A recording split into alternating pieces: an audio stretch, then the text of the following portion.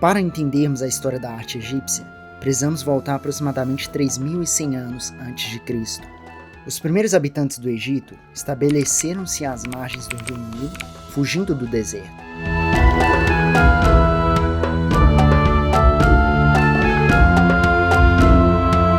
Mas esse rio não era qualquer rio, mas uma garantia de fertilidade, alimento e transporte. E isso permitiu com que a civilização florescesse e desenvolvesse uma cultura artística rica e duradoura, marcada por templos, esculturas e pinturas que até hoje nos impressionam.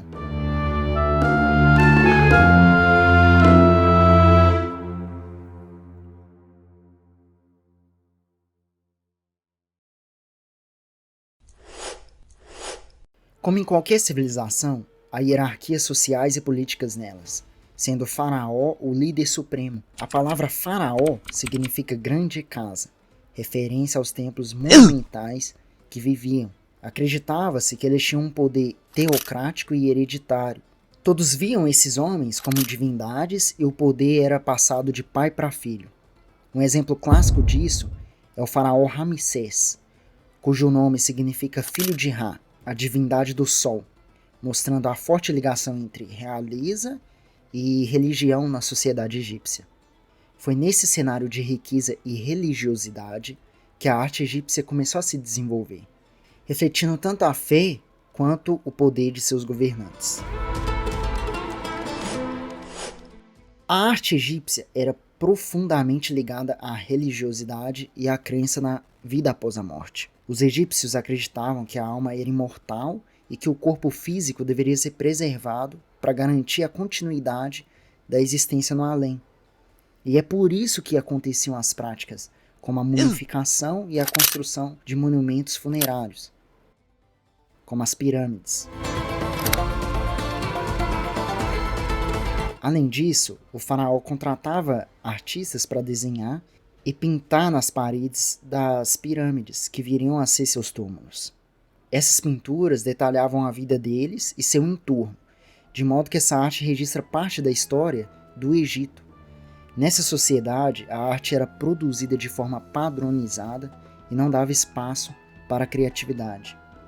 Dessa maneira, foi realizada uma arte anônima, pois o importante era a perfeita realização das técnicas executadas e não o estilo dos artistas. As dimensões das pessoas e objetos não caracterizavam uma relação de proporção e distância, mas sim os níveis hierárquicos daquela sociedade. Por isso o faraó era sempre o maior de todos entre as figuras representadas numa pintura. O faraó sou eu.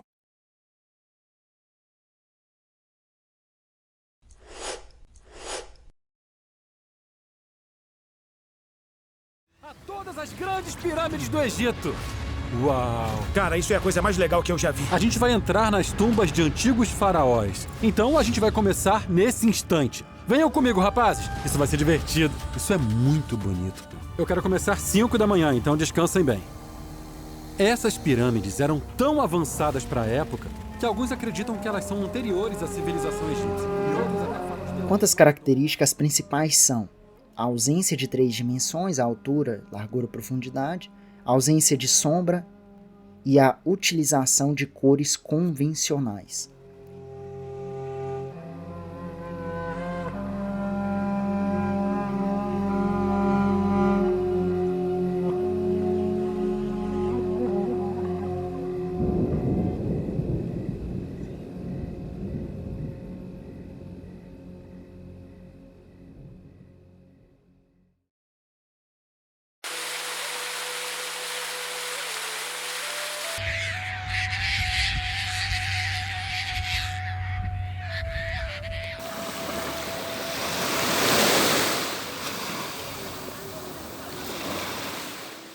Mas com certeza a mais marcante delas é a lei de frontalidade.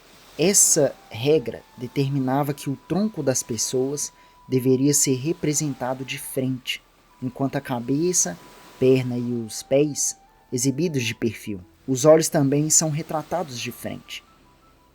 Essa maneira de representação cria uma combinação visual lateral e ao mesmo tempo frontal.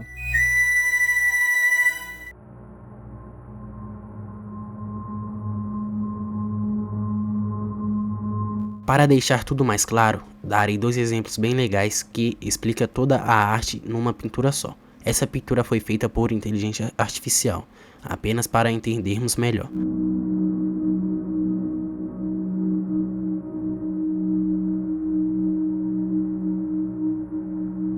Como vocês podem ver, o olho e o torso, que é o tronco, está totalmente virado para quem olha para frente, enquanto os pés e as mãos estão virados de lado, virados para o lado.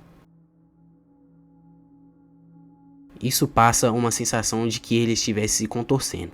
Eles faziam esse estilo de desenho justamente para deixar mais identificável, mais nítido, mostrando o corpo todo dele, ao mesmo tempo que mostra o que ele está fazendo, como ações, e qual lado ele está virado.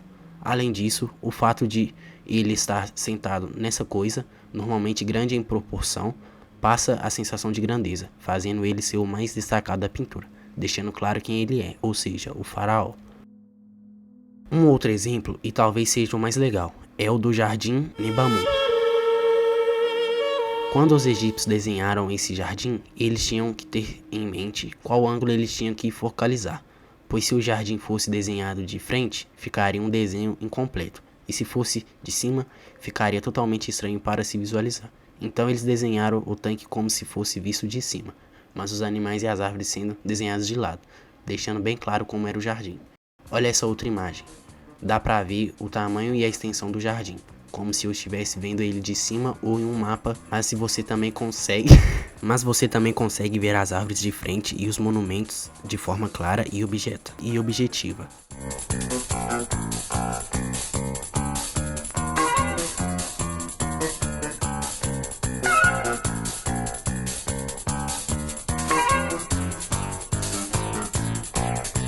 Não podemos nos esquecer que tanto nas esculturas como nas próprias pinturas mesmo, se utilizava o antropomorfismo, que é a prática de desenhar os deuses com o corpo de humano, mas cabeças de animal.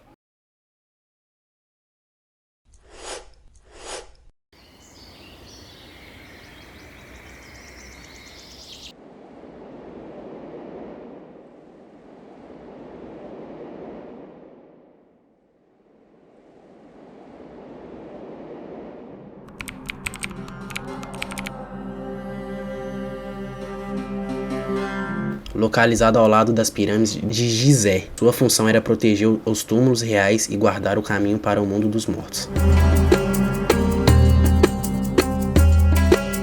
A fusão entre homem e animal mostra o ideal egípcio do poder divino.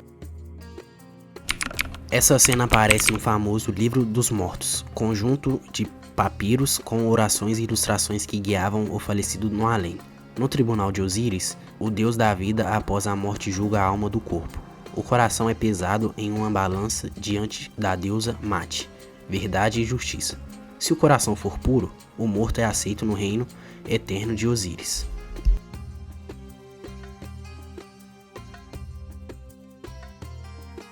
As pirâmides são as obras mais famosas e duradouras da arte e arquitetura egípcia, construídas como túmulos para os faraós. Simbolizavam o caminho para o céu e a ligação entre o mundo humano e o divino. As pirâmides de Quéops, por exemplo, é uma das 7 maravilhas do mundo antigo.